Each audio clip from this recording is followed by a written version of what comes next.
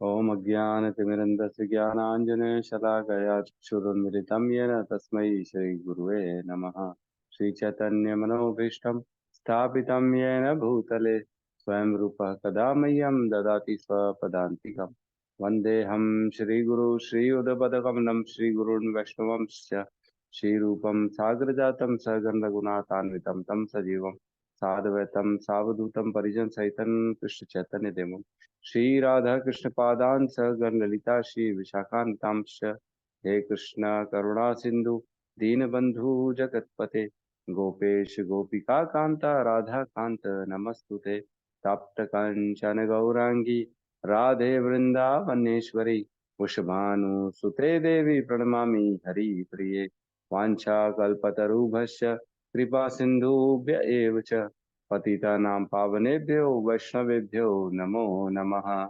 नमो विष्णुपादाय कृष्णपृष्ठाय भूतले श्रीमते भक्तिवेदांत स्वामीति नामिने नमस्ते सरस्वती देवे गौरवाणी प्रचारिणे निर्विशेष शून्यवादी पाश्चात्य देशतारिणे जय श्री कृष्ण चैतन्य प्रभु नित्यानंद श्री अद्वैत गदाधर श्रीवासादि गौर भक्तवृंद हरे कृष्णा कृष्णा कृष्णा हरे हरे हरे राम राम राम हरे हरे। हरे कृष्णा। हरे कृष्णा प्रभु जी, दंडवत प्रणाम। हरे कृष्णा माता जी, सबको दंडवत प्रणाम। सभी भक्तों को कार्तिक मास की शुभकामनाएं। बहुत अच्छा महीना चल रहा है, भक्ति करिए, आगे बढ़िए। डिस्काउंट में भक्ति मिल रही है।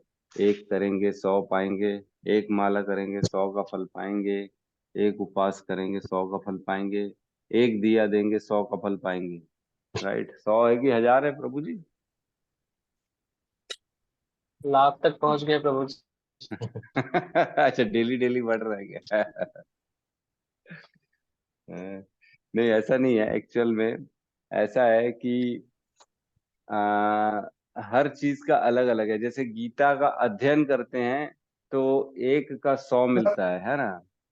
और एक का एक माला का ऐसा कुछ है, नाम जप का एक का 10, अध्ययन का एक का 100, दीपदान का एक का 1000, ऐसा कुछ है मेरे ख्याल में। तो सब में अलग अलग बहुत महिमा है, कुल मिला के बहुत ज्यादा महिमा है। ठीक है। तो ये जो है ना, देखो ऑटोमेटिकली हमने जो रूटीन बनाया हुआ है भगवत गीता के पढ़ने का, तो इसमें ऑटोमेटिकली हमको पुण्य मिल जा रहा है। एक का 100, एक का 1000, एक का 10,000, एक का लाख, एक का करोड़ तक पहुंच जा रहा है। हर चीज का अलग अलग इम्पोर्टेंस है। जो जितना करेंगे उतना अधिक फल मिलता जाएगा। तो बेटर है करें। और थोड़ा सा घर में भी पढ़ें, वातावरण ऐसा बनाएं ताकि रूटीन में भी हमारा ये कोर्स हो जाए, समझ में भी आ जाए। क्योंकि सिर्फ समझना नहीं है, हमको इसका प्रचार भी करना है। चार लोगों को और उत्साह देना है कि तुम भी पढ़ो, समझो किस चीज से तुम लोग छूटे हुए, मतलब वंचित हो, कितनी जरूरी चीजों से छूटे हुए। भगवत गीता जैसी चीज कोई अगर नहीं पढ़ रहा है तो उसका जीवन व्यर्थ है कि नहीं है, बताओ। कौन कौन समझता है कि भगवत गीता जो नहीं पढ़ रहा है वो सही है? पढ़ना कितना इम्पोर्टेंट है। जीवन का सबसे उच्च मतलब सर्वोत्तम जो है ना ज्ञान तो गीता है। वो नहीं पढ़ा तो क्या पढ़ा, फिर जीवन तो व्यर्थ हो गया, है कि नहीं? तो सबको दीजिए थोड़ा थोड़ा ज्ञान, लेकिन अभक्तों को मत दीजिए ना। जो आपको बात काट दे और आपको बोले कि नहीं नहीं तू पागल है, ये सब क्या पढ़ता है, आ हमारे साथ, हम ऐश कराते हैं तेरे को। तो उन लोगों के तो ज्ञान नहीं देना है, उनके सामने चुप रह के साइड हो जाना है चुपचाप। अभक्तों को कभी भी ज्ञान नहीं देना है ना। ठीक है, तो हम प्रवेश करते हैं। श्लोक क्रमांक 37। Yes, 37, right. Come on, ready. 10.37 साथ में दोहराएंगे। वृष्णीनाम वासुदेवस्मि वृष्णीनां वासुदेवस्मि पांडवानां धनंजय पाण्डवानां धनञ्जय मुनीनामपि अहं व्यास मुनीनाम् अहं व्यासः कवीनाम अंशुमन उष्णः कवि कवीनामुष्णः कवी वृंष्णीनां वासुदेवस्मि कृष्णेन वासुदेवस्मि पांडवानां धनंजयः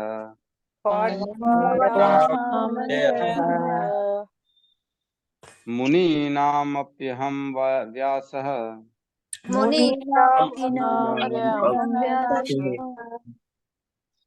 कवीनाम् उष्णः कवि कवीनामुष्णः कवी वृंष्णीनां वासुदेवोऽस्मि कृष्णेनामप्यहं पांडवानां धनंजयः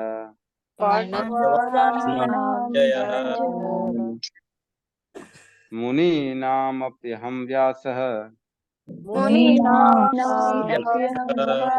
व्यासः कवीनाम् उष्णा कवि कवीनामुष्णः कवी अनुवाद। मैं वृंष्णी वंशियों में वासुदेव और पांडवों में अर्जुन हूँ। मैं समस्त मुनियों में व्यास तथा महान विचारकों में उष्णा हूँ। तो यहाँ कह रहे हैं भगवान कि मैं वृंष्णी वंशियों में, है ना, मतलब जो यादव कुल था उसमें क्या कह रहे हैं, मैं वासुदेव हूँ, है ना। तो वासुदेव कह रहे हैं तो वो तो स्वयं है वासुदेव, राइट। वासुदेव तो स्वयं है ना, कि कोई और है वासुदेव।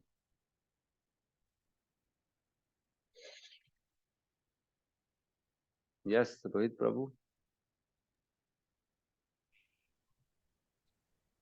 हरे कृष्ण प्रभु जी। प्रभु जी थोड़ा सा एक मैं बोलना चाहूंगा। कल मैं सुंदर गोपाल प्रभु को लेक्चर सुन, तो उसमें क्या है ना, वो बता रहे थे कि हमको परपट को पहले पढ़ना चाहिए करके।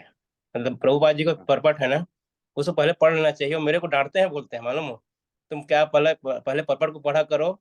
वो मतलब एक लेक्चर सुन रहा था, उसमें उसमें बता रहे थे कि हमको जैसे अरमात पढ़ते हैं ना, उसके बाद परपट को पहले पढ़ना चाहिए बोले। तो आप जैसा समझे प्रभु जी। नहीं, परपट तो हम पढ़ते ही हैं। तो एक्चुअल एक में बार मेरे जी जी पूछने का पर्पज ये क्या होता है कि कुछ लोगों का डाउट होता है ना, जब विचार करते हैं, पहले मनन करते हैं, चिंतन करते हैं, अपनी अपनी सोच को खोद लेते हैं, उसके बाद जब परपट पढ़ते हैं ना, तब क्लियरिटी हो जाती है। अच्छा अच्छा। नहीं आप मतलब अभी पढ़े चाहे बाद में पढ़े जैसा भी, लेकिन परपट को पूरा पढ़ना चाहिए। तो पढ़ते हैं, लेकिन कुछ कुछ का होमवर्क दे देते हैं अपन कि हाँ हाँ। पढ़ो। लेकिन चलो ठीक है, अब आप बोल रहे हो तो कोशिश कर लेंगे सब चीज का पढ़ने का, लेकिन नहीं मैं थोड़ा सुंदर थोड़ा खुद गोपाल भी। प्रभु मैं आपको वीडियो भेजूंगा। ओ सुंदर गोपाल प्रभु का जो वीडियो भेजूंगा ना, उसमें बहुत अच्छे से बताया हुआ है उनने इसके बारे में। जो पढ़ते हैं अपन हाँ। लेक्चर देते हैं ना, तो वही जस्ट एक हम्म। वीडियो देख रहा था तो खुल गया अचानक जो है। मैं बोला आपको शेयर कर हम्म। दूं, बाकी आप जैसा समझे इसमें, है ना। ठीक है ना, ठीक है, ठीक है, जी बिल्कुल वो तो सही है। परपट के द्वारा ही हमारी मानसिक जो है ना, मन और दिमाग जो है ना हमारा, वो समझ पाएगा। नहीं तो हमारे में तो इतना सामर्थ्य नहीं है। जो प्रभुपाद ने बताया उसी को हमको समझना है, और उसका थोड़ा सा भी अंश समझ लेंगे तो हमारा उद्धार हो जाएगा। तो प्रभुपाद तो कहते ही हैं कि books are the basis. Books पढ़ोगे, बुक्स पढ़ोगे, बुक्स पढ़ोगे तो आपका उद्धार ऑटोमेटिकली हो जाएगा। तो बुक्स नहीं पढ़ेंगे तो उद्धार नहीं होगा।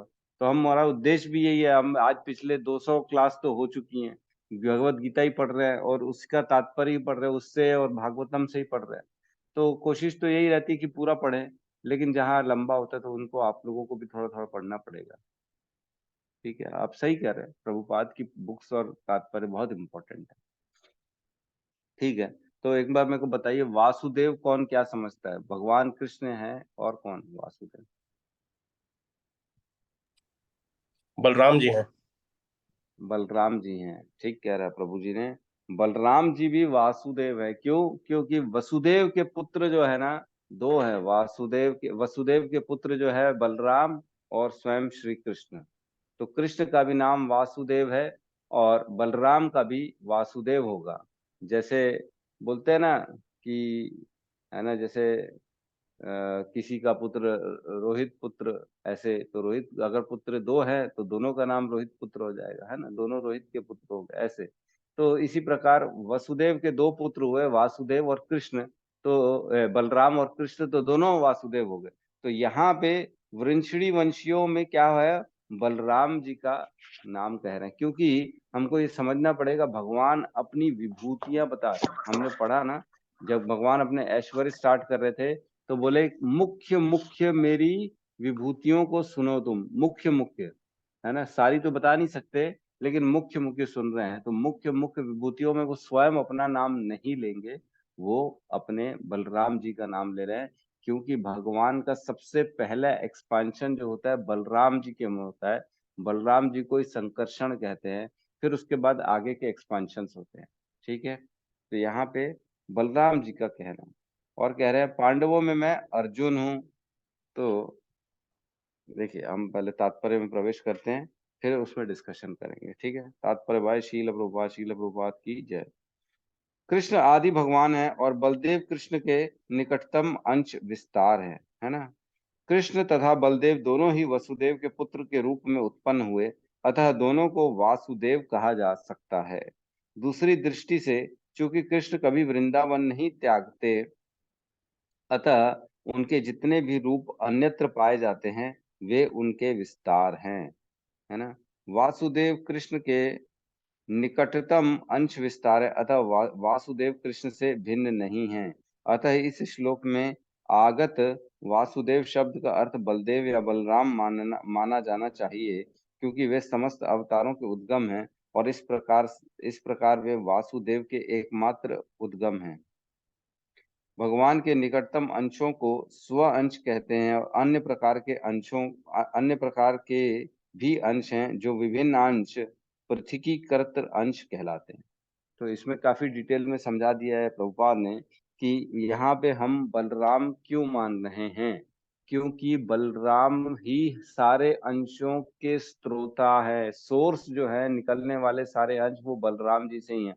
सबसे पहले भगवान अपना स्वयं का विस्तार करते बलराम में, फिर बलराम जी से सारे अंशों का स्व अंश हो चाहे विभिन्न अंश हो, वो सारे फिर वहां से होते हैं। बीच में हमने एक फोटोग्राफ भी भेजा था, डिस्कशन किया था कि कैसे एक्सपांशन होता है भगवान का, किन किन रूपों में होता है। ठीक है, तो वो फोटो हम डिस्कस आज भी भेज देंगे, आप उसमें समझ सकते हैं कि किस प्रकार भगवान अपना एक्सपांशन करते हैं। सबसे पहले बलराम जी के रूप में, फिर और आगे करते हैं। ठीक है, तो जीव जो होता है भगवान का विभिन्न अंश कहलाता है, और स्व अंश मतलब भगवान स्वयं जिसमें अपना अंश, जिसमें स्वयं अपने जो निकटतम सबसे क्लोज भगवान के जो एक्सपांशन होते हैं, जिसमें भगवान अपनी सारी एनर्जीज डालते हैं, वो होते हैं स्व अंश। और विभिन्न अंश मतलब जिसमें एकदम निगण्य मात्र की जो है भगवान की क्वालिटीज आती हैं, वो हो गए विभिन्न अंश, राइट। जिसमें भगवान के जो 6 ऐश्वर्य होते हैं उसमें से अगर थोड़ा सा प्राप्त होता है, भगवान की क्वालिटीज तो आती हैं, उसको कहते हैं कि विभिन्न अंश। लेकिन जिसमें भगवान पूर्ण रूप से, जिसमें मैक्सिमम अपनी क्वालिटीज डालते हैं, उसको स्व अंश बोलते हैं। बाकी भी भगवान के ना कुछ कुछ जो है क्वालिटीज, जैसे खाली भगवान की किसी में शक्ति आती है, कभी कभी भगवान का किसी में रूप आता है, कभी कभी किसी में भगवान का बल आता है, तो वो सारे है ना भगवान के शक्ति आवेश अवतार कहलाते हैं। उस शक्ति को लेके जो आया है उसको शक्ति आवेश अवतार कहते हैं। जैसे व्यास देव है, परशुराम जी हैं, ये सारे भगवान के शक्ति आवेश अवतार हैं, जो भगवान की एक शक्ति लेके इस धरती पे आए और उन्होंने वो कार्य किया, है ना। व्यास देव जी ने जैसे कितने सारे अपना हमारे वेद ग्रंथ लिखे, उपनिषद लिखे, पुराण लिखे, तो भगवान के वो शक्ति आवेश अवतार। तो इस प्रकार यहाँ कहते हैं मैं वंशी वंशियों में वासुदेव हूँ और पांडवों में अर्जुन हूँ। तो पांडु पुत्रों में आप जानते हैं 5 पांडव थे, राइट। युधिष्ठिर, भीम, अर्जुन, नकुल, सहदेव, है ना। तो इनमें से कह रहे हैं अर्जुन हूँ, क्योंकि अर्जुन जो है पूर्ण रूप से भगवान के शरणागत था, है ना। और देखा जाए तो अर्जुन ही सबसे बड़ा पराक्रमी था इन 5 में से, है ना। धनुर्धारी था अर्जुन का ही जो है ना बहुत ज्यादा टेरर था, अर्जुन ही सबसे बड़ा, इन पांचों में से सबसे मुख्य अर्जुन था, जिसको हराना मुश्किल था। तो भगवान कह रहे हैं यहाँ पे मैं अर्जुन हूँ। तो तात्पर्य में एक बार देखते हैं क्या क्या लिखा है डिटेल में। पांडु पुत्रों में अर्जुन धनंजय नाम से विख्यात है। वह समस्त पुरुषों में श्रेष्ठतम है, अतः कृष्ण स्वरूप है। मुनियों अर्थात वैदिक ज्ञान में पटु विद्वानों में व्यास सबसे बड़े हैं। तो अब व्यास जी पे पहुंच गए। तो अर्जुन पे इतना ही कहा। अर्जुन पे जो है ना, हमको एक और चीज मालूम है, भगवान और कृष्ण और अर्जुन ही नर नारायण के रूप में थे पहले, है ना। तो उसमें नर जो थे वो अर्जुन थे और नारायण श्री कृष्ण थे। तो इस प्रकार से भगवान और अर्जुन का संबंध अभी का नहीं, पुराना संबंध चला आ रहा है। इसलिए भगवान कह रहे हैं मैं पांडवों में अर्जुन हूँ। ठीक है। तो आगे कहते हैं मैं समस्त मुनियों में व्यास हूँ। अब व्यास पे आ गया अपन, है ना। व्यास जी की उत्पत्ति कैसे हुई है, किसी को याद है? अपन ने डिस्कशन पहले भी किया हुआ है।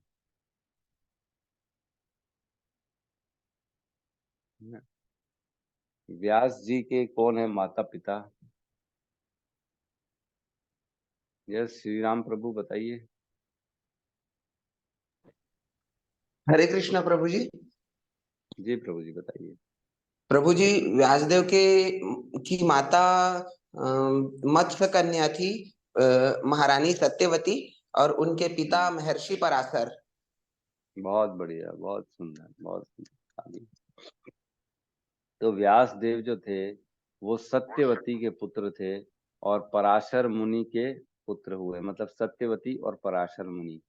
तो सत्यवती जो थी, जो शांतनु से जिन्होंने अपना विवाह किया, है ना। शांतनु जो थे वो हस्तिनापुर नरेश थे, शांतनु, जिनका पहले विवाह हो चुका था गंगा से, और जिनके पुत्र हुए थे भीष्म, है ना, जिसको देवव्रत भी कहते हैं। देवव्रत जिनका आगे नाम पड़ा भीष्म, जिन्होंने प्रतिज्ञा ली कि मैं सदा हमेशा के लिए ब्रह्मचर्य व्रत पालन करूंगा और कभी भी राजा नहीं बनूंगा और हस्तिनापुर की हमेशा रक्षा करूंगा। तो इस कारण उनको इच्छा मृत्यु का वरदान दिया गया उनके पिता शांतनु द्वारा, इसलिए उनको भीष्म कहा गया। ठीक है। तो ये जो भीष्म शांतनु थे, इनका विवाह सत्यवती से हुआ। तो इनके विवाह के पहले जो है ना, ये मत्स्य कन्या थी। ये जो है ना, मतलब मत्स्य कन्या इन द सेंस ऐसा कहते हैं कि मछली पकड़ने वालों में थी, और ये नाव चलाती थी, लोगों को इधर से उधर मतलब पार कराती थी नदी का, और मछली भी पकड़ती थी। तो उसी उसी कुल से आई थी, मछली पकड़ने वाले जो होते हैं ना, उनकी प्रजा वो उनमें से थी। तो इस प्रकार जो है ना, सत्यवती बड़ी सुंदर थी। उसकी सुंदरता में शांतनु जो है ना महाराज आकर्षित हो गए। तो उसके पहले एक बार पराशर मुनि उसके साथ जा रहे थे, जब नदी क्रॉस कर रहे थे, तो पराशर मुनि की दृष्टि पड़ गई इसके ऊपर, सत्यवती के ऊपर। तो सत्यवती बड़ी सुंदर थी, है ना। तो सुंदरता के कारण वो देख रहे थे उसको। तो फिर चर्चा हुई, तो कुल मिला के उन्होंने, सत्यवती ने बोला हे मतलब ब्राह्मण, आप जो है क्या देख रहे हैं, और ऐसा क्या है जो आप जो है कुछ कहना चाह रहे हैं। तो पराशर मुनि ने कहा उनको कि मैं तुमको एक संतान देना चाहता हूँ।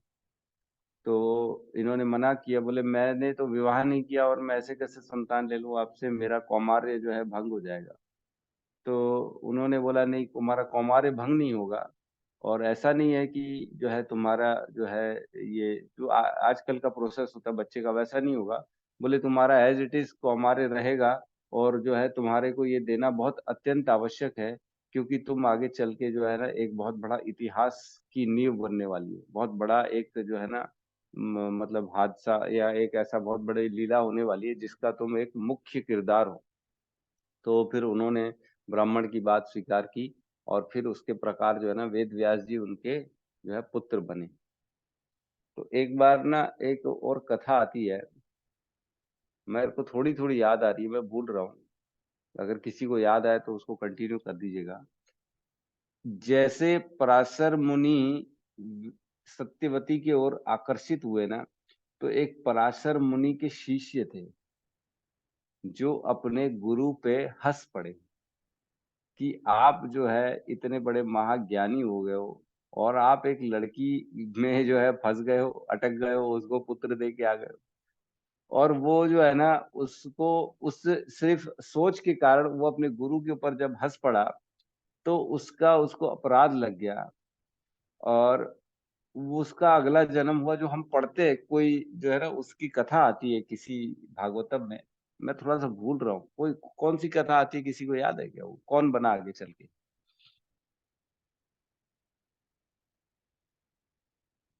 नहीं, किसी को याद नहीं। मैं बता भी चुका हूँ, अपनी चर्चा हो चुकी है। वो जो है ना आगे चल के फिर कुछ बना था।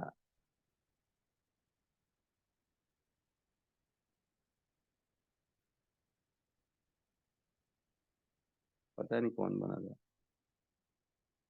बिल्ला मंगल ठाकुर तो नहीं बना आगे चल के। ठीक है, तो पता पड़ जाएगा, आ जाएगा फिर दोबारा। तो इस प्रकार व्यास जी जो है ना, कुल मिला के ऐसा मान के चलिए कि व्यास जी और भीष्म ये दोनों क्या हुआ है, सौतेले भाई हो गए। ठीक है, ये दोनों सौतेले भाई हो गए, दोनों के पिताजी एक हो गए। फिर सत्यवती से जो है ना दो पुत्र हुए शांतनु के, विचित्र वीर और चित्रांगद, है ना। तो उन दोनों थोड़े से कमजोर थे और उनकी जो है ना उनके लिए फिर तीन रानियां उठा के लेके आए भीष्म पितामह। भीष्म ने अंबिका, अंबालिका, अंबा, अंबिका, अंबालिका, है ना, ये तीन उठा के ले आए। तो जिसमें से अंबालिका, अम्बा जो थी ना, वो तो मना कर दी कि मैं जो है आपसे जो है ना, मैं तो किसी और को दिल दे बैठी हूँ, मैं किसी और को पति मानती हूँ, इसलिए मेरे को छोड़ दो। तो उनको छोड़ दिया गया। और बाकी जो दो बच गई, उन दोनों से फिर पुत्र उत्पन्न हुए। पुत्र उत्पन्न कौन कौन से हुए? धृतराष्ट्र और पांडव पुत्र, है ना। इस प्रकार जो है ना, और एक और दासी थी, उससे भी पुत्र उत्पन्न हुए। ये तीनों पुत्र जो है ना, ये विचित्र वीर्य और ये लोग नहीं कर पाए। वो फिर व्यास जी को बुलाना पड़ा, सत्यवती को, उन्होंने इनसे पुत्र उत्पन्न कराया। तो उस प्रकार जो है ना, ये पांडु जो थे एक्चुअल में, वो तो उसके पुत्र हो गए तुम्हारे, कुंती के जो है पुत्र आगे चल के बने। कुंती एक्चुअल में जो है ना, जब इसकी कुंती किसकी वाइफ थी? पांडु की वाइफ थी। पांडु, लेकिन पांडु के पिताजी कौन था? विचित्र वीर थे कि वो चित्रांगद थे? एक तो जल्दी मर गए थे, है ना, इन दोनों में पांडव से एक प्रभु। मर गए थे। क्या? पांडु के पिताजी जी का नाम मतलब प्रभु जी। हम्म। पांडव। अरे वो पांडु के पिताजी। अच्छा अच्छा। हाँ, ठीक है। चलो, वो मैंने ना पहली क्लास में सारी डिटेल पे सब चीज मैंने लिखाई थी इंट्रोडक्शन में, तो उसको मेरे को खोलना पड़ेगा। बट ठीक है, वो चर्चा का विषय नहीं है, इसलिए अपन उसमें नहीं जा रहे हैं। तो इस प्रकार जो है ना, इन लोगों का वंश आगे बढ़ा। यस, श्री राम प्रभु बता रहे हैं, बताइए।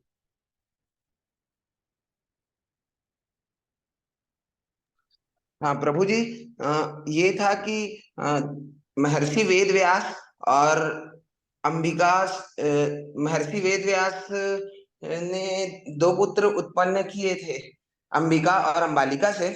तो अंबिका हम्म। से पांडु, अंबिका से धृतराष्ट्र और अंबालिका से पांडु उत्पन्न हुए थे। और उन दोनों की एक दासी थी, वो दासी से उत्पन्न हुए थे विदुर, विदुर विदुर। जी। हम्म। हाँ, मैं सही कह रहे हैं। और मेरा प्रश्न था, मेरे को आंसर मिल गया। वो जो थे ये दोनों जो है ना विचित्र वीर्य के पुत्र हुए, है ना। चित्रांगदा जो थे वो उनका जल्दी शायद मर गए थे, उनको कुछ बीमारी थी, जॉन्डिस की बीमारी बोलते हैं क्या था। लेकिन विचित्र वीर्य की इन दोनों से शादी कराई गई। फिर इन दोनों से बच्चे नहीं हुए तो फिर व्यास जी को बुलाया गया। फिर व्यास जी ने अंबिका से धृतराष्ट्र, अंबालिका से पांडु को उत्पन्न किया और दासी से विदुर को उत्पन्न किया। ये तीन चीज हुई। फिर उसके बाद इनका आगे वंश बढ़ा। ठीक है। हरे कृष्ण। हम। हरे कृष्ण प्रभु जी। व्यास जी देव को माँ। शायद कृष्ण द्वैपायन भी बोलते हैं, दूसरा नाम है। हाँ हाँ, उनके बहुत से नाम हैं, हो सकता है ये भी वो है, जब कोई बड़ी उनका बात। जन्म हुआ था तो शायद वहां अंधेरा पूरा हो गया तो एक द्वीप में उनका जन्म हुआ था। ऐसे कुछ है उनकी कथा। हो सकता है।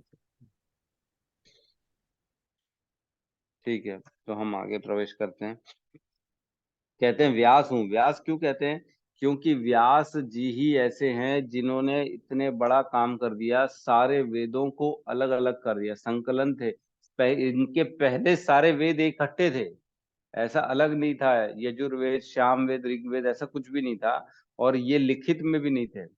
तो व्यास देव जब आए तब उन्होंने ये सारा काम किया कि सारे वेदों को एक तो लिखा और उनको अलग अलग प्रॉपर लिखा, सेक्शन वाइज। भाई ऋग्वेद ये रहेगा, यजुर्वेद ये रहेगा, सामवेद ये रहेगा, अथर्ववेद ये रहेगा। और उसके बाद उन वेदों के अंग भी लिखे जिनको वेदांग कहा गया। उपनिषद लिखे गए, जो एक्सप्लेनेशन होती है वेदों की, एक्सप्लेनेशन प्रॉपर, उनको सपोर्ट करने के लिए क्या चीज का मतलब क्या हुआ, वो उपनिषद हो गए। और पुराण हो गए, पुराण भी इन्होंने लिखा। और महाभारत भी इन्होंने लिखा, जिसमें 1,00,000 श्लोक होते हैं। और गीता भी महाभारत का पार्ट है ना। तो गीता भी महाभारत का ही पार्ट है, जिसको गीतोपनिषद भी कहा जाता है। तो ये सारा कुछ वेद व्यास द्वारा लिखा गया। इसलिए भगवान कह रहे हैं यहाँ पे, मैं समस्त मुनियों में व्यास तथा महान विचारकों में उष्णा हूँ। तो उष्णा जो है ना, वो है कौन? वो है शुक्राचार्य। असुर कुल के जो गुरु हैं शुक्राचार्य, उनकी बात कर रहे हैं यहाँ पे भगवान की, मैं शुक्राचार्य हूँ। तो शुक्राचार्य क्यों कह रहे हैं, अपन पढ़ते हैं आगे तात्पर्य में, है ना। मुनियों अर्थात वैदिक ज्ञानों में पटु विद्वान में व्यास सबसे बड़े हैं, क्योंकि उन्होंने कलयुग में लोगों को समझाने के लिए वैदिक ज्ञान को अनेक प्रकार से प्रस्तुत किया। और व्यास कृष्ण के एक अवतार भी माने जाते हैं, अतः वे कृष्ण स्वरूप हैं। कवि गण किसी विषय पर गंभीरता से विचार करने में समर्थ होते हैं। कवियों में उष्णा अर्थात शुक्राचार्य असुरों के गुरु थे। वे अत्यधिक बुद्धिमान तथा दूरदर्शी राजनेता थे। इस प्रकार शुक्राचार्य कृष्ण के ऐश्वर्य से के दूसरे स्वरूप हैं। तो शुक्राचार्य जो थे, आपको मैं बता दूं, शुक्राचार्य भृगु के पुत्र थे, है ना। भृगु मुनि हैं जो कि ब्रह्मा जी से उत्पन्न हुए हैं। भृगु के जो है ना पुत्र थे, और उनकी वाइफ का नाम था ख्याति, है ना। मतलब शुक्राचार्य की माँ का नाम ख्याति हो गया ना, शुक्राचार्य की वाइफ की नहीं, माँ की बात चल रही है। और उन ख्याति से उनको और जो बच्चे हुए, वो हुए एक दाता, एक विधाता और लक्ष्मी, है ना। ये तीनों, लक्ष्मी जो स्वयं विष्णु की पत्नी है, वो एक तरह से शुक्राचार्य की बहन है, मतलब भगवान के साले हो गए शुक्राचार्य। तो साले साहब जो है वो असुरों के गुरु बन गए। तो यहाँ पे क्या हुआ एक्चुअल में ना, एक कथा और भी आती है कि भगवान स्वयं ने जाके उस ख्याति का वध किया, है ना। भगवान ने ही उसको मारा, अपनी सास को। क्यों? क्योंकि उसने ना असुरों को अपना संरक्षण दे के रखा था, क्योंकि असुर कुल के थे, है ना। असुरों को संरक्षण दे के रखा था उन्होंने, और कुछ हुआ होगा प्रॉब्लम, इसलिए फिर भगवान ने उनका ख्याति का भी वध किया था। तो इस प्रकार एक्चुअल में यहाँ कह रहे हैं शुक्राचार्य क्यों कह रहे हैं, क्योंकि शुक्राचार्य जो थे ना बड़े ज्ञानी थे। कवियों में, कवि मतलब जो विचारकों, जो विचार करते हैं ना, मतलब कुछ भी विचार करते हैं, ऐसा उसकी गहराई तक चले जाते हैं। ऐसा नहीं कि एक स्पेशल उनका सब्जेक्ट होता है, एक टॉपिक होता है, नहीं। कवि कोई भी टॉपिक में उसकी गहराई में चले जाता है, और उसकी गहराई में जाके उसके बारे में बातें करना, उसके तथ्य निकालना और सारी चीजें करते हैं। इसलिए यहाँ पे कह रहे हैं भगवान कि मैं विचारकों में उष्णा हूँ, शुक्राचार्य हूँ, जो कि एक बड़े ऋषि थे। लेकिन चूंकि अब उनकी माता का वध इन्होंने किया, इसलिए रुष्ट होके वो असुरों के अपने असुरों को अपना शिष्य बना लिया, ताकि विष्णु से बदला ले सके। ऐसा कथा आती है ये, ठीक है।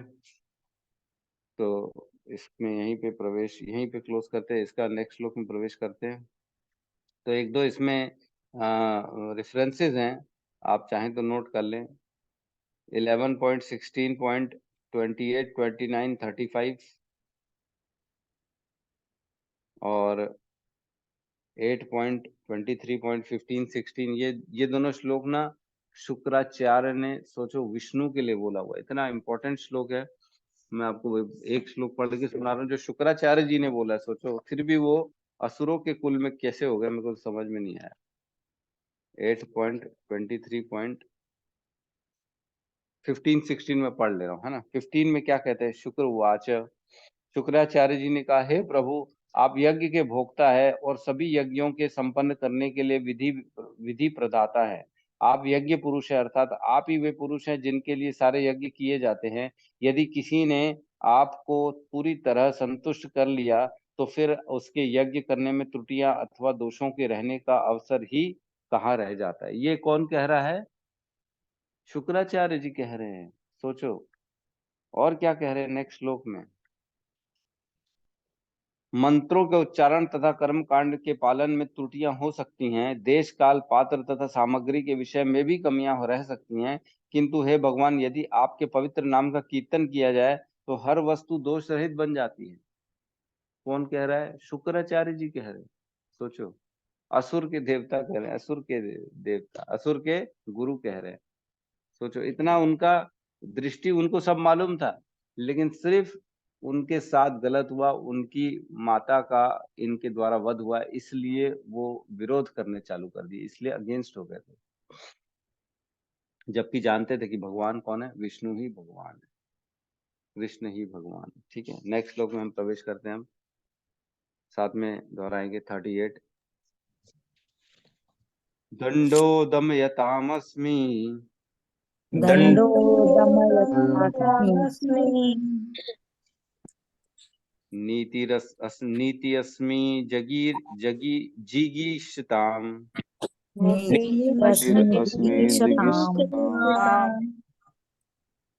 मौनं च एव अस्मि गुह्यानाम्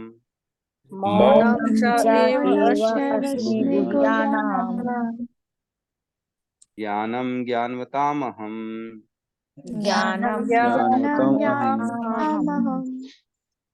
दंडो दमयतामस्मि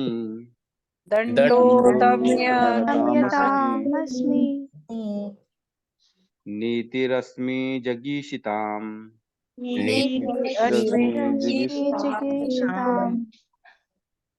मौनं च एव अस्मि गुह्यानाम्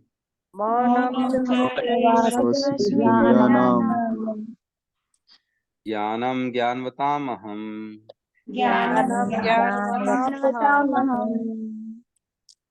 दंडो दमयतामस्मि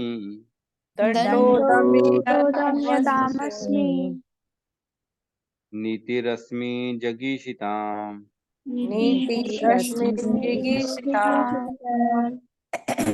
मौनं च एव अस्मि गुह्यानाम्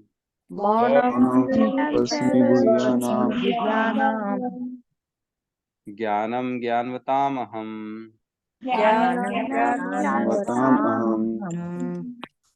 अनुवाद, अराजकता को दमन करने वाले समस्त साधनों में से मैं दंड हूँ, और जो विजय के आकांक्षी हैं उनकी भी मैं नीति हूँ।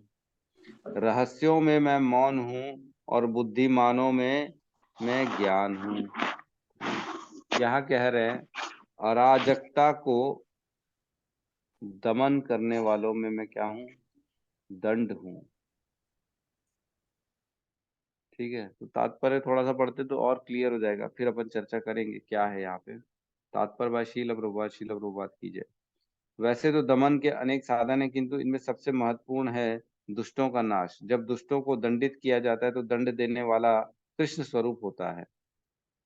दंड देने वाला भी कृष्ण स्वरूप होता है। यहाँ point to be noted my Lord, दंड देने वाला भी कृष्ण स्वरूप होता है और दंड भी कृष्ण है दोनों कृष्ण है ना? किसी भी क्षेत्र में विजय की आकांक्षा करने वालों में नीति, नेक्स्ट पॉइंट में चले गए, तो यहाँ तक है दंड में।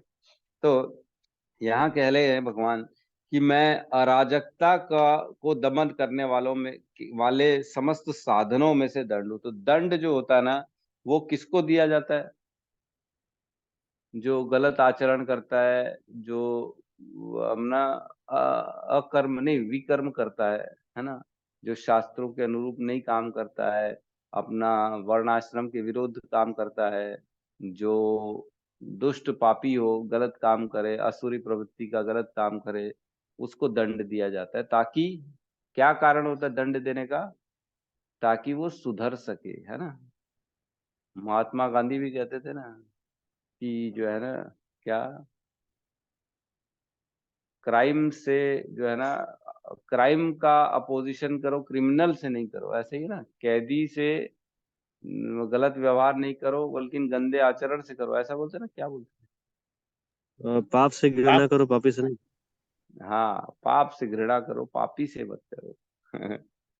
तो लेकिन ऐसा नहीं हो सकता ना, पापी को आप अपने पास तो नहीं बिठा सकते। जो पाप किया उसको एकदम बगल में, अच्छा ठीक है कोई बात नहीं है, तू तो बैठ, तूने काम गलत किया लेकिन आदमी तो ठीक है, ऐसा नहीं बोल सकते।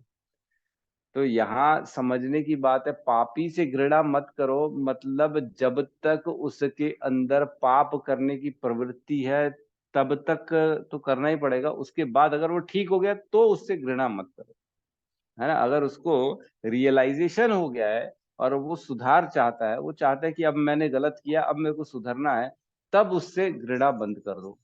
लेकिन जब तक वो पापी है तब तक तो उसको जो है उसका विरोध करना पड़ेगा, और उसके कार्य पे हमको उसको बताना भी पड़ेगा, तूने गलत किया है तो, और इसको प्रायश्चित भी कराना पड़ेगा। जब तक उसको एहसास नहीं हो तब तक, है ना। तो बहुत इंपॉर्टेंट चीज है यहाँ पे। यहाँ भगवान कह रहे हैं, मैं जो है दमन करने वाले समस्त साधनों में से दंड हूं, मतलब ऐसा दंड जिससे उसका सुधार हो, है ना। ऐसा नहीं है खाली दंड ही दंड, खाली कई बार जो है बिना कारण भी दंड होता है, गलत आदमी को भी दंड मिल जाता है, और ऐसा भी दंड मिलता है जिससे वो कुछ सीखता नहीं है ना। जेल काट के आ गया, 1 साल चोरी की थी, पॉकेट मारी, निकला, फिर अगले दिन से पॉकेट मारी चालू कर दी। तो ऐसा दंड कृष्ण नहीं है। कृष्ण ऐसा दंड है जो मिलने के बाद वो सुधर जाता है। पॉकेट मारी तो की, लेकिन उसको जो है ना एक हाथ काट दिया राजा ने, बोले अब साहब तू पॉकेट मारी ही बंद कर दे। तो अब सुधर गया, बोले नहीं भैया एक ही हाथ बचा है, उसको भी अगर पॉकेट मारूंगा तो वो भी चला जाएगा, इससे अच्छा नहीं मारूंगा, अब कोई गलत काम नहीं कर। तो एक ना कथा आती है मृगारी की, है ना, मृगारी की कथा आती है। एक मृगारी था, उसका नाम ही था मृग आरी, है ना, क्योंकि वो मृग जो थे ना, हिरण, उनका दुश्मन था। जहाँ हिरण मिलते थे पकड़ के काट जाता था। तो काटता भी कैसे था वो, कि हल्का सा काटता था, वो पूरा उसका खून निकाल रहा है, बेचारा तड़प रहा है मृग जो है ना, आखिरी सांस तक उसका जो है ना खून निकल रहा है बॉडी से, और तड़प तड़प के मर रहा है। तो एक बार जो है ना अ, नारद जी गुजर रहे थे, तो उन्होंने देखा मृगारी को ये हरकत करते हुए, तो बहुत अफसोस हुआ उनको। गए उनके पास नारद जी, हे मृगारी ये क्या कर रहा है? तो मृगारी बोले मैं क्या करूं, ये हमारा खानदानी पेशा है, हमको जो है ना इसी को मारना है, और इसी को खाल निकाल के बेचनी है, और इसी के जो है ना मांस को खाना है, और हमारे का हमारा जीवन व्यापन का यही साधन है, और कोई साधन ही नहीं है हमारे पास। तो बोले इतना बड़ा पाप कि तुम किसी भी जीव को तड़पा तड़पा के मार रहे हो, ये बहुत बड़ा पाप है, महापाप है। बोले तुम महापाप कर रहे हो, क्या तुम ये जो पाप कर रहे हो इसका दंड तुमको मालूम है, क्या तुम भोगोगे? तो बोले मैं क्यों भोगूंगा, मैं तो सब परिवार के लिए कर रहा हूँ, और आज नहीं जन हमारे कुल परंपरा से कर रहे हैं, आज नहीं मेरे दादा लोग भी करते थे। तो बोले वो सब अलग चीज है, लेकिन तुम इसको पाप तो तुमको भोगना भोगना पड़ेगा। तो फिर बोले मैं क्या करूं? तो बोले छोड़ दो, ये सब करना, पाप करना बंद कर दो, किसी भी जीव की हत्या मत करो। तो मृगारी ने कहा तो मेरे घर कैसे चलेगा, मैं हम लोग खाएंगे क्या? मेरे घर में पिताजी है, बच्चे है, बीवी है, उनको मैं क्या खिलाऊंगा, क्या करूंगा? तो बोलते हैं जिसने ये मुंह दिया ना हमारे को, वो खाना भी देगा, तुम उसकी चिंता मत करो। तो मृगारी ने बोला क्या आप सच बोल रहे हैं? बोले हाँ, तुम मुझ पे श्रद्धा रखो, मुझ पे जो है ना अपना दृढ़ फेथ रखो, फेथ रखो, गुरु पे फेथ रखो, जो बोलूंगा वो होगा तुम्हारे साथ, निश्चिंत रहो। तो बोले ठीक है, मैं छोड़ देता हूँ। तो उसने गुरु के कहने पे, गुरु माना नारद को, और गुरु के कहने पे ये काम बंद कर दिया, पाप करना, जीव हत्या बंद कर दी। तो जैसे ही पता पड़ा कि मृगारी जो है ना वो उसने हत्याएं बंद कर दी है, और साधु बन गया है, बैठा है खाली भगवान का नाम दे रहा है ना, हरे कृष्णा मंत्र करे जा रहे। क्यों? क्योंकि नारद जी उसको सिखा के गए। तो पूरे गांव में उसको फिर जो है ना इतनी श्रद्धा हो गई लोगों की, उसको ला ला के खाना देने लगे, चढ़ाओ साधु जी पे जो है ना, भोग चढ़ा दो, ऐसा करके खाना आने लगा, भयंकर खाना आने लगा, टेंशन नहीं थी उसको खाना खाने की। तो इस प्रकार कहते हैं कि दंड जो है ना, वो दंड हूं जो आदमी को सुधार कर दे, चाहे वो शिक्षा के रूप में हो, चाहे वो पनिशमेंट के रूप में हो। और कहते हैं राजा जो है ना, किसी जो है पापी को अगर दंड देता है, किसी भी पापी को राजा या जो भी जज अगर दंड देता है, धर्म के अनुसार देता है, तो वो व्यक्ति जिसको दंड मिलता है वो उस पाप के कर्म से छूट जाता है, इसी जन्म में रहते रहते छूट जाता है। जरूरत नहीं है फिर यमराज के पास, यमराज उसको दंड नहीं देंगे ना, उसको उस कर्म के लिए कुछ और नरक में जाके भोगना पड़ेगा। तो इसलिए यहाँ कह रहे हैं वो कृष्ण स्वरूप है। जो दंड होता है ना, दंड देने वाला भी कृष्ण स्वरूप है, क्योंकि वो उस कर्म को काट देता है, उस कर्म का प्रभाव आगे आने वाले समय में उसको नहीं मिलता है जिसने गंदे कर्म किए। ठीक है, तो यहाँ पे दो चीजों की तरह से दंड है भगवान, एक तो दंड देने वाले भी भगवान है, और स्वयं दंड जिससे वो बदल जाता है वो दंड भी भगवान है। ठीक है, तो वैसे भी दंड देने का उद्देश्य तो यही होता है कि उसमें सुधार आ जाए। कभी भी दंड देने का उद्देश्य नहीं होता है कि हमको मजा लेना है और इसको दंड देना है, नहीं। आजकल के लोग, कुछ लोग हो गए ऐसा, जबरदस्ती किसी को भी पनिशमेंट दिलाने के लिए, परेशान करने के लिए उटपटांग काम करते हैं और उनको फंसाते हैं, लेकिन वो दंड नहीं। दंड तो वो है जिससे सुधार आए, वो है। और आगे कहते हैं, किसी भी क्षेत्र में विजय की आकांक्षा करने वालों में नीति ही विजय होती है। तो नीति जो है, यहाँ भगवान कह रहे हैं कि जो विजय की आकांक्षी है उनकी मैं नीति हूँ। तो हम समझ सकते हैं महाभारत जो है, महाभारत में भी विजय हुई और वो भी कृष्ण के कारण ही हुई, है ना। उनकी नीतियां ही ऐसी थी कि वो जीते। कृष्ण जहां रहेंगे वहां जीत तो अवश्य संभव है, अवश्य है। आगे कहते हैं ना, लास्ट वाले कुछ श्लोकों में कहते हैं, यत्र कृष्ण यत्र वासुदेव यत्र धनुर्धर, है ना। 18.78 खोलेंगे, उसमें क्या लिखा है, क्या कहते संजय, यत्र योगेश्वर कृष्णो यत्र पार्थो धनुर्धर तत्र श्री विजयो भूर्ति ध्रुव नीतिर्मम, है ना। जहां योगेश्वर कृष्ण है और जहां परम धनुर्धर अर्जुन है, वही ऐश्वर्य, विजय, अलौकिक शक्ति तथा नीति भी निश्चित रूप से रहती है, ऐसा मेरा मत है ना। ये संजय कहते हैं धृतराष्ट्र को, है ना, जब भगवत गीता का ज्ञान चल रहा था तब।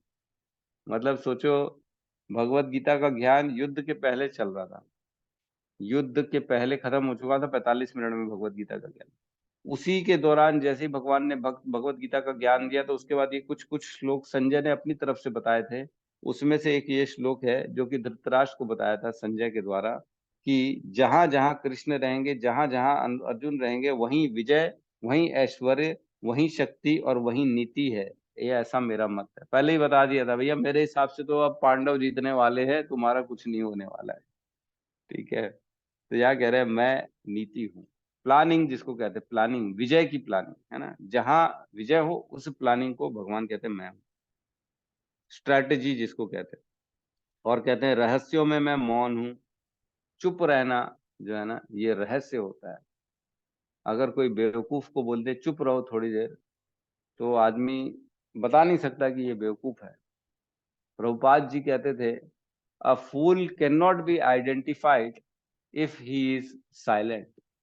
अगर चुप रहेगा तो वो मूर्ख है, ये पता ही नहीं पड़ेगा। A fool can only be identified when he speaks. जब वो बोलेगा तब उसकी मूर्खता झलक जाएगी कि वो मूर्ख है। तो यहाँ कह रहे रहस्यों में मैं मौन हूं। तो चुप रहने से क्या होता है, कुछ पता ही नहीं पड़ता सामने वाले क्या सोच रहा है, क्या चक्कर है, हमसे छुपा रहा है, हमसे क्रोध में है कि हमसे खुश है, कुछ समझ में नहीं आ रहा है। कुछ बोले तो समझ में तो आए, ऐसे ही बोलते हैं। कुछ बोलेगा ही नहीं तो कुछ समझ में नहीं आएगा। इसलिए यहाँ कह रहे रहस्यों में मैं मौन हूँ। और कह रहे बुद्धिमानों में मैं ज्ञान हूँ। तो ये ज्ञान जो है ना, ये आज का भौतिक ज्ञान की बात नहीं चल रही है, ये आध्यात्मिक ज्ञान की बात चल रही है।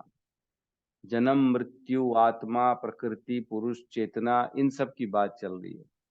ये physics, chemistry, maths, English, biology, social science, history, civics, उसकी बात नहीं चल रही यहाँ पे। ठीक है, क्या कह रहे हैं तात्पर्य में? सुनने, सोचने तथा ध्यान करने की गोपनीय क्रियाओं में मौन की धारणा ही सबसे महत्वपूर्ण है, क्योंकि मौन रहने से जल्दी उन्नति मिलती है। ज्ञानी व्यक्ति वह है जो पदार्थ तथा आत्मा में भगवान की परा तथा अपरा शक्तियों में भेद कर सके, ऐसा ज्ञान साक्षात कृष्ण है। तो भगवान की परा और अपरा शक्ति है। हमने पढ़ा 7वें अध्याय में 4 और 5वें नंबर श्लोक में भगवान कहते हैं एक मेरी अपरा शक्ति है जो कि पंच तत्व है ना, भूमि, गगन, अग्नि, और जल, और ये 5 तत्वों से बनती है, और मन, बुद्धि, अहंकार, ये 8 मिला के भगवान की अपराशक्ति होती है। और एक पराशक्ति है जो कि जीवात्माओं से युक्त है। तो दोनों में भेद करने का हमको अकल होनी चाहिए।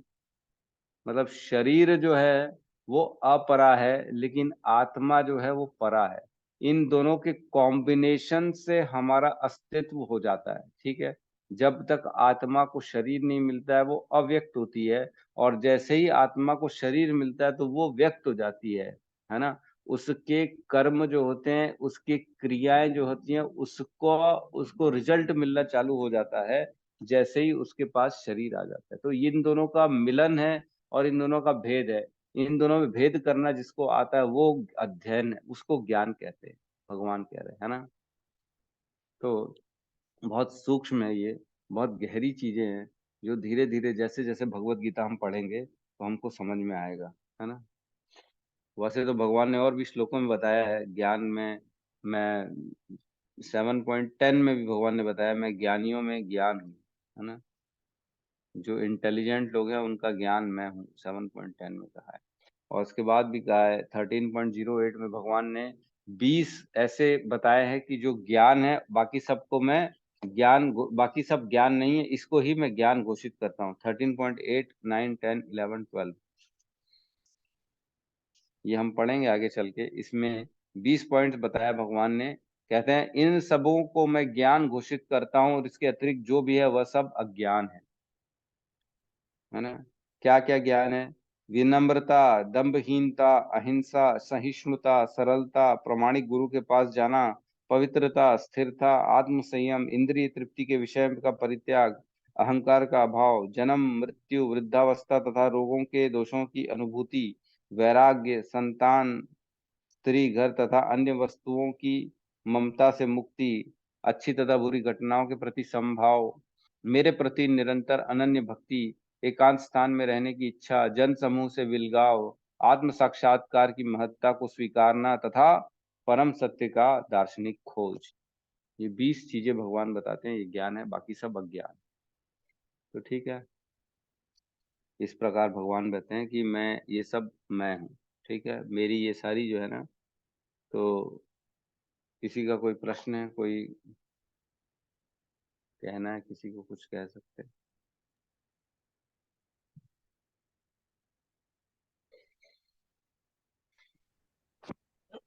जय श्री राम प्रभु कहिए। प्रभु जी, मैं ये अभी जो लास्ट श्लोक हुआ ना 37, 38 प्रभु जी उसके पहले इसमें, वाला 30। हाँ हाँ पहले वाला, हाँ प्रभु जी, उसी के बारे में थोड़ा सा मतलब पूछना चाहता हूँ प्रभु जी। मेरा प्रश्न है थोड़ा प्रभु जी। हाँ उसमें हाँ भगवान पूछिए। जैसे बोल रहे हैं कि मैं भगवान वृंदावन त्याग के कभी जाते नहीं। हाँ प्रभु जी, उसी का मैंने एक लेक्चर में सुना था प्रभु जी। वो मुझे थोड़ा सा डाउट है वो कहाँ तक सत्य है, क्या है, तो वही पूछना था प्रभु जी। भगवान वृंदावन त्याग के जाते नहीं है, एक इस्कॉन का ही लेक्चर में मैंने सुना था यूट्यूब में कि जब भगवान का जन्म हुआ तो कंस के कारागार में भी जन्म हुआ और सेम समय में यहाँ वृंदावन में भी भगवान का जन्म हुआ। लेकिन जो वृंदावन में जन्म हुआ यशोदा माँ से, वो गोलोकवासी श्री कृष्ण थे। और ये जो कारागार में जन्म हुआ वो विष्णु तत्व कृष्ण अर्थात महाविष्णु तत्व कृष्ण थे। और जब वासुदेव महाराज उनको लेकर आए और योग माया देवी को लेने के लिए आए थे, तो जब उन्होंने देवकी नंदन कृष्ण जो कारागार में जन्म हुए थे उनको जब वहां पर लेके आए तो उनको वो अदृश्य दिखे, मतलब उनको वो दिखे नहीं। तो वो जो दोनों कृष्ण हैं वो एक साथ समाहित हो गए। ये दोनों कृष्ण कौन, जो कंस के कारागार में जन्म लिए थे देवकी नंदन कृष्ण, और ये जो वृंदावन में जन्म लिए थे यशोदानंदन कृष्ण, तो ये दोनों समाहित हो गए। और वो दोनों कृष्ण समाहित हो गए और अंततः ये दोनों कृष्ण एक होकर वृंदावन में रह गए। और उन्होंने योग माया देवी को लेकर चले गए वासुदेव महाराज। और जब अक्रूर जी लेने के लिए आए, तो अक्रूर जी जब लेने के लिए आए उस समय फिर पुनः जो वासुदेव कृष्ण थे, जो यशोदानंदन कृष्ण, क्षमा कीजिएगा, देवकी नंदन कृष्ण, वो उनसे विलग हो गए और वो मथुरा चले गए, कंस का वध किए और देन वो द्वारका चले गए और उन्होंने ही भगवत गीता का ज्ञान दिया। तो वो वासुदेव कृष्ण कहलाते हैं। और जो गोलोक से आए थे व्रजेंद्र कृष्ण, वो कभी छोड़कर ही वृंदावन से नहीं गए, वो वृंदावन में ही रह गए। ये मैंने एक लेक्चर में सुना था प्रभु जी, कहाँ तक सत्य है। और हाँ, इन्होंने ना रेफरेंस भी दिया, श्रील विश्वनाथ चक्रवर्ती ठाकुर द्वारा कहा गया है, वो जो हमारे आचार्य हुए हैं, तो ऐसा रेफरेंस दिया था प्रभु जी। तो सही है, इसमें कोई भी चीज जो है वो असत्य नहीं है, सब सत्य है, एकदम सही है। जिसकी हमने भी चर्चा की एक्चुअल में, आप पहले नहीं आते थे, अभी अभी शायद आप ज्वाइन की हो। जी जी प्रभु जी, कल से हमारी जो है ना लेक्चर हो चुका है इस टॉपिक पे, और मैं आपको श्लोक का, श्रीमद् भागवतम में भी यही लिखा हुआ है, आपको श्लोक का भी मैं रेफरेंस दे देता हूँ, आप चाहें तो उसमें भी पुष्टि कर सकते हैं, है ना। कृष्ण का जन्म जो है पहले मथुरा में विष्णु के रूप में हुआ, फिर उसी को ले गए, फिर दोनों एक हो गए दोनों, है ना। हमने इसका पूरा पढ़ा हुआ है। ये है कृष्ण भगवान के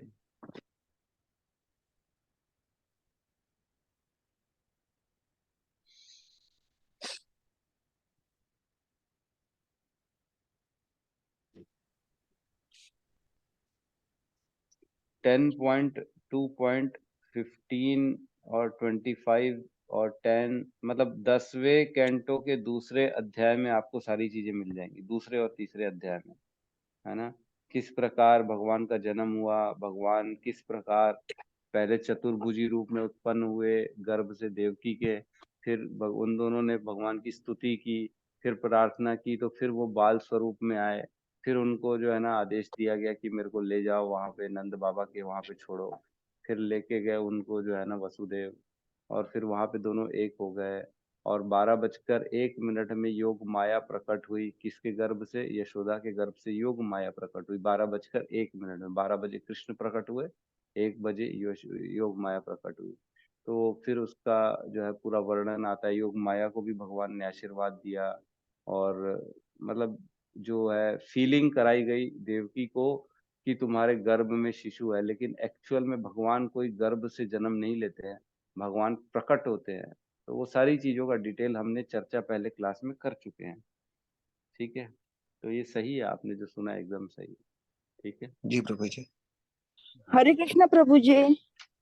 विंध्येश्वरी माती अपने योग माया अपनी विंध्येश्वरी माँ विंध्याचल है ना, विंध्येश्वरी माता वही एक्सचेंज ऑफर में आई थी। नहीं नहीं, ऐसा नहीं है माता जी, खाली उनका जो है ना नाम वृंदेश्वरी नहीं है, उनके एक नहीं काफी सारे नाम हैं। जी जी जी। आपको मैंने उनको श्लोक मैंने बताया था पहले भी, 10 पॉइंट शायद 2.10 में है या 30:47, इन्हीं दोनों कैंटो में से एक श्लोक में है, जिनको भगवान ने आशीर्वाद दिया योग माया को कि तुमने मेरा ये काम किया, अब तुमको ये नामों से इस संसार वाले पूजेंगे, और आपको इन नामों से, जैसे महामाया है, वृंदेश्वरी है, वैष्णवी है, ये सारे उन्हीं के नाम हैं। हाँ, इसमें सारे नाम वर्णित है भागवतम में, इन सब से जाना जाएगा तुमको, ऐसा बताया गया, उसमें आशीर्वाद दिया गया। जी प्रभु जी। ठीक है, ठीक है, बहुत बहुत धन्यवाद सबका। क्लोज करते हैं यहाँ पे आज की क्लास को। तो सब मिलके हरे कृष्ण महामंत्र का जाप कर लेते हैं। हरे कृष्णा कृष्णा कृष्णा हरे हरे, हरे राम राम राम हरे हरे। प्रभु जी बिलेटेड आपको भी कल के बर्थडे के लिए बेटे की सभी भक्त वृंद की जय। जय। आप लोग सब आशीर्वाद करिए जगद्गुरु बच्चे श्रील को भाई। प्रभुपाद की हाँ जय। बिल्कुल, वो तो है ही प्रभु जी। धन्यवाद। निताय गौर प्रेमानंदे। हरि हरि हरि बोल। हरि बोल। हरि हरि हरि बोल। हरि बोल।